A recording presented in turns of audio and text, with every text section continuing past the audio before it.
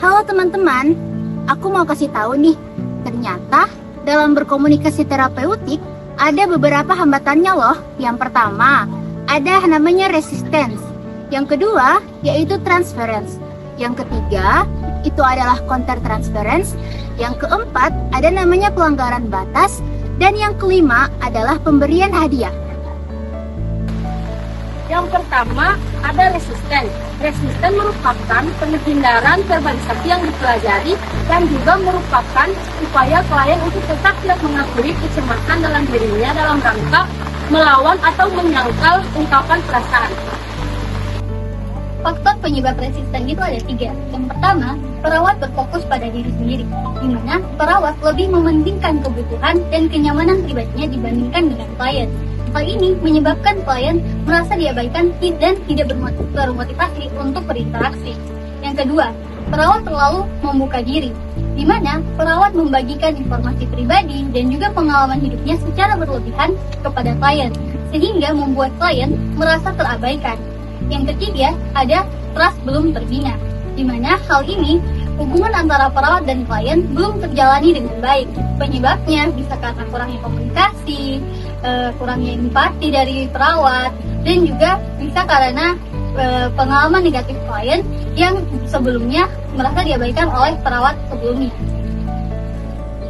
Nah, selanjutnya ada bentuk-bentuk resistance. Ada beberapa bentuk resisten. Yang pertama, supresi dan represi. Supresi itu pengendalian diri secara sadar yang ditunjukkan atau pikiran yang ditekan. Kemudian ada represi, upaya menyingkirkan frustasi, tekanan, konflik batin atau mimpi buruk, atau yang dimaksud itu dorongan atau ingatan yang ditekan. Kemudian ada putus asa terhadap masa depan, hambatan intelektual seperti lupa atau mengantuk, perilaku amuk atau tidak rasional. Kemudian ada pembicaraan yang bersifat permukaan. Kemudian ada menolak tanggung jawab, dan yang terakhir itu menolak berubah. Kemudian ada transference, yaitu respon klien yang tidak disadari oleh perawat terkait dengan kehidupan di masa lampau atau di masa lalu. Kemudian yaitu ketidaktepatan klien terhadap penggunaan topik, penyisaran atau displacement yang maladaptif. Kemudian yaitu merupakan reaksi yang dapat timbul sebagai upaya untuk mengurangi kecemasan serta ketidakpuasan klien terhadap perawat yang intensitas pertemuannya yang berlebihan. Oke, selanjutnya ada reaksi yang menghasilkan transferensi. Yang pertama, bermusuhan atau bersikap negatif terhadap perawat. Kedua, menghindar atau menentukan hubungan. Yang ketiga, membantah atau mengkritik. Yang keempat, mengomel. Yang kelima, pelupa. Dan yang terakhir ada ketergantungan atau membenci terjadi bila tahap pada orientasi tidak jelas. Selanjutnya ada upaya mengatasi transferensi. Yang pertama, menjadi pendengar yang aktif, sikap tidak menyalahkan klien, dan perhatikan respon nonverbal dari klien. Selanjutnya ada klarifikasi dan refleksi, pembicaraan lebih fokus. Klien menyadari perasaan dan perilaku. Selanjutnya ada mengkaji perilaku, diperlukan pengetahuan dan pengalaman tentang perilaku manusia. Yang ketiga ada counter transference. Counter transference terbagi menjadi 3 bagian. Yang pertama, hambatan terapeutik berasal dari perawat yang ditimbulkan oleh klien. Lalu yang kedua, ada respon emosional spesifik yang tidak tepat terhadap klien. Yang ketiga, ada respon yang ditimbulkan seperti sangat mencintai atau caring berlebihan. Yang kedua, ada sangat membenci atau bermusuhan. Yang ketiga, ada marah berlebihan atau tidak sabar. Yang keempat, ada cemas atau merasa bersalah secara berulang. Yang kelima, ada tidak mampu berempati terhadap klien. Cara identifikasi terjadinya counter transparency itu ada 7. Yang pertama, mempunyai standar yang sama terhadap harapan kepada klien. Yang kedua, melatih hubungan terapeutik. Yang ketiga, menemukan sumber masalah. Yang keempat, melatih kontrol diri. Yang kelima, pengawasan secara individual. Yang keenam, counter transparan tidak mudah diatasi, serta membawa dampak terhadap perawat dan klien. Dan yang terakhir, perlu upaya atau keseriusan dari perawat untuk mengatasinya.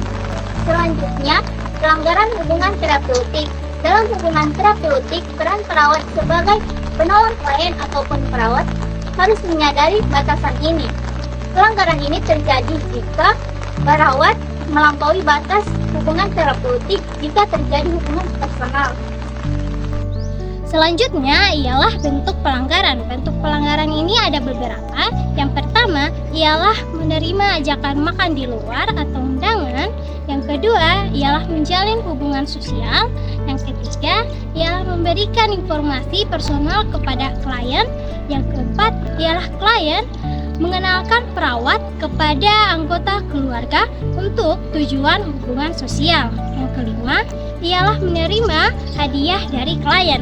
Yang keenam ialah menjalankan bisnis atau memesan pelayanan dari klien. Yang ketujuh ialah secara rutin membelai atau memeluk klien. Yang terakhir ialah menghadiri acara-acara sosial klien. Selanjutnya adalah upaya pencegahan. Upaya pencegahan ini ada 2. Yang pertama ialah membuat kesepakatan tentang interaksi yang akan dilakukan. Yang kedua ialah fokus pada tujuan interaksi, mengingatkan kontrak dan tujuan interaksi.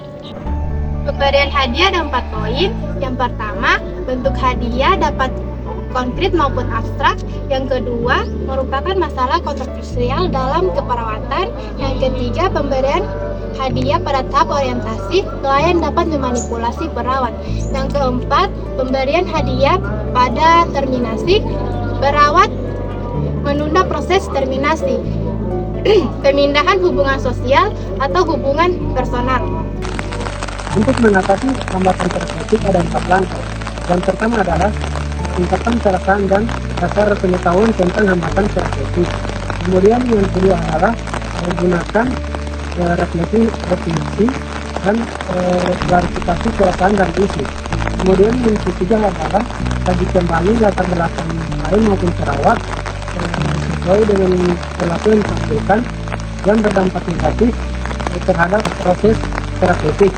Kemudian yang keempat adalah tindak kembali hubungan terapeutik sesuai masalah klien.